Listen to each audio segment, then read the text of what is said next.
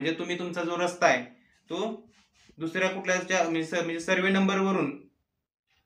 तुमच्या शेतीच्या किंवा तुमचा जो गट नंबर आहे तिथून जो तुमचा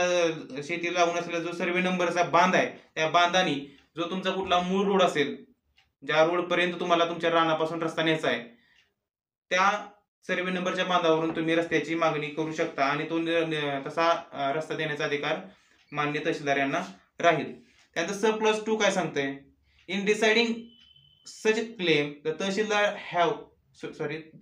shall have regard to the need of cultivators for reasonable access to their field. म्हणजेच काय तर अशा हक्काचा निर्णय करताना शेतकऱ्यांना आपल्या शेतात जाण्यासाठी योग्य मार्गाची किती जरुरी आहे याकडे तहसीलदारांनी लक्ष दिले पाहिजे.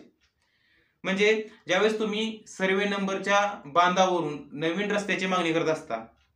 143